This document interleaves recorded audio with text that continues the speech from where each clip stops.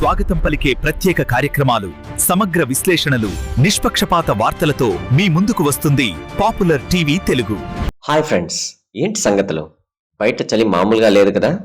పొద్దున్నే దుప్పట్లోంచి బయటికి రావాలంటే భయం వేస్తుంది కదా.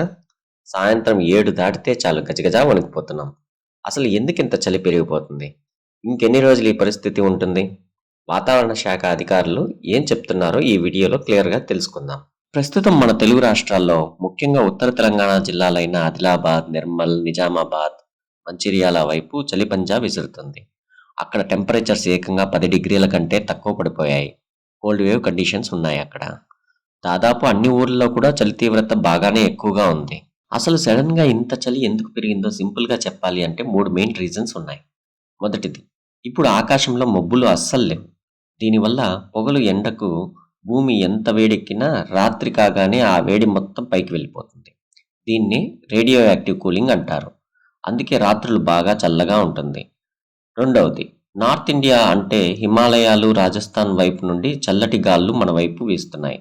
మూడవది, గాల్లో తేమ హ్యూమిడిటీ బాగా తగ్గిపోయింది.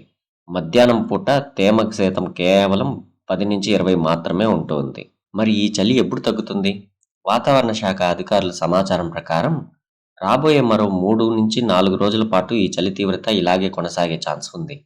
ఆ తర్వాత కొంచెం తగ్గినట్టు అనిపించినా జనవరిలో మళ్ళీ ఇలాంటి చలిగాలులు వచ్చే అవకాశం ఉందని చెబుతున్నారు.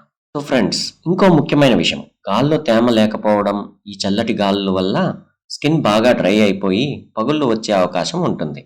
కాబట్టి పిల్లలు, పెద్దవాళ్ళు జాగ్రత్తగా ఉండండి. వెచ్చని బట్టలు వేసుకోండి. స్కిన్ మాయిశ్చరైజ్ చేసుకోండి. ఈ వింటర్ అప్డేట్స్ మీకు యూస్ఫుల్ అనిపిస్తే ఈ వీడియోను లైక్ చేయండి, మీ ఫ్రెండ్స్కి షేర్ చేయండి. మరిన్ని వెదర్ అప్డేట్స్ కోసం మన ఛానల్ని సబ్స్క్రైబ్ చేసుకోవడం మర్చిపోవద్దు. Stay warm, stay safe.